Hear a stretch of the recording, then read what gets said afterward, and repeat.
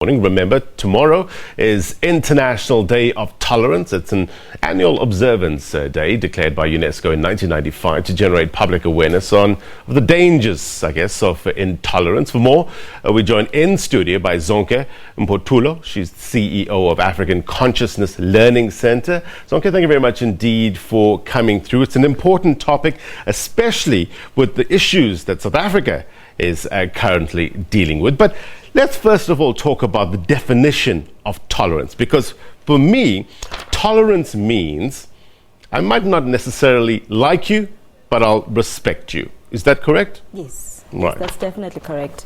And as a South African people, and I think the World Cup recently just showed us that we want unity and we want to work together towards a better South Africa. Right. However, we are diverse, and sometimes we don't know how to communicate that diversity or how to deal with it. Yeah. And so tolerance gives us an opportunity to be able to say to one another, look, I don't understand your sexuality, I don't understand your religion, I don't understand your race, but can we start looking at each other in the eyes and start communicating and engaging with one another and respecting each other enough to be able to hear one another? Temba actually recently spoke about the fact that we are living in two extremes. You are either wrong or right, racist or not, and therefore we don't usually meet each other halfway so that we can be able to just listen and hear what the other person has to say. It's about this understanding as well, isn't it? Because you can say, look, I don't understand your race or your culture or your religion, but is that good enough in terms of me just tolerating you? Shouldn't it go further? I guess it's a start, right? It's a start to tolerate somebody. But shouldn't it go further and for us stop living in this insular society where I just know my family and my friends, my inner circle, and this is what we know about? Shouldn't we start learning about another person's culture, another religion, another race? Right. We should definitely be doing that. And I think events like today's event about tolerance are events that are bringing communities together and are really saying, let's sit and not just start blaming, but let's do self-reflective work and saying, as Zonke, a community member of the Langa community, what has been my role in creating the challenges of this community? And let's stop lecturing to the young people. Let's start engaging them and start hearing what they are saying. So we really think that at least let's start at the beginning. Let's start to respecting one another and hearing each other out. Then we can go to a point of saying, I didn't know that your religion, you do this event and you do that event. Tell me more.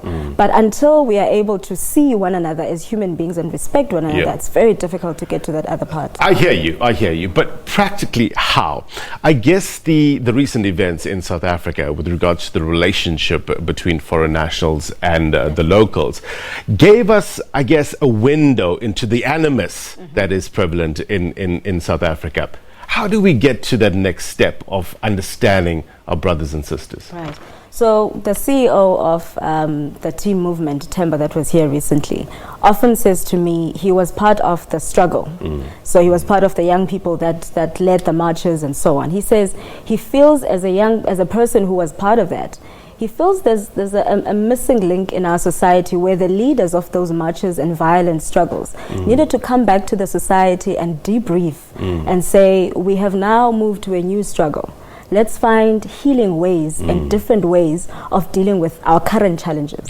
So the fact that as a society, we never said ceasefire. We are no longer dealing with this type of struggle. We are dealing with a different type of struggle. And how do we heal as a society so that we can move forward? And so until we are able to do that, then I think whenever we have challenges about our anger towards the government, our anger towards, strikes that we want to do, we will have a healing movement that says we will march, we will strike, however, we will not burn schools. We will not burn each other. We will not treat people this way because we are healing as a society. I guess emotional wounds are far worse to heal than the physical wounds. How are you as an organization encouraging this? Not only in tertiary institutions, but I think we need to get to the kids down there, because their dignity is sometimes affected or hurt. We talk about the crimen injuria element when people are charged for racism and stuff like that. You're hurting somebody's dignity. How do we start teaching this in our schools?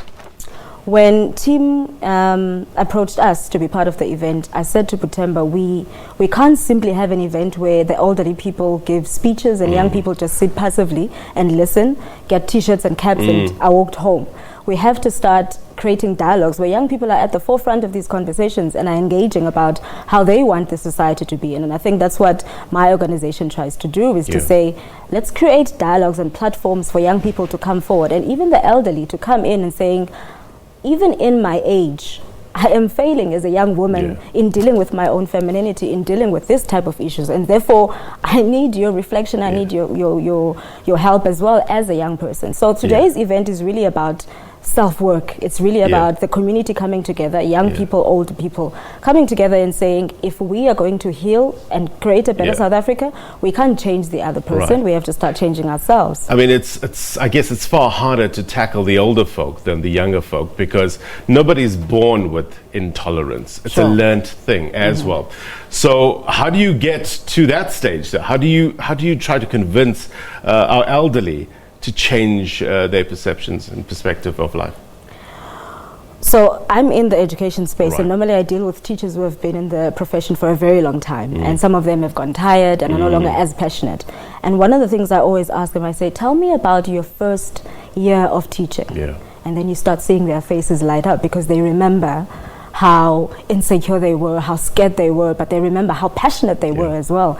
And I think I try to take people back to that space where they were excited about being part of this country, excited about and optimistic about being a citizen of this country. And I think young people, interestingly enough, are able to trigger that joy and emotion to the elderly. So when they see a young person standing there saying, I want to be part of a better South Africa, and I want to do and I want to be led by you. Because sometimes it's just friction. It's the young saying, you older people are not doing enough, you have failed us, and the older people saying, well, you need us.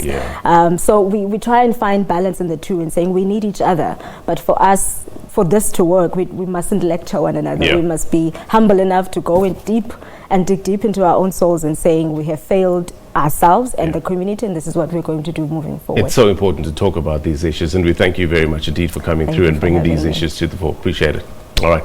That was Zonke Mpotulo, the CEO of the African Consciousness Learning Center. Desiree?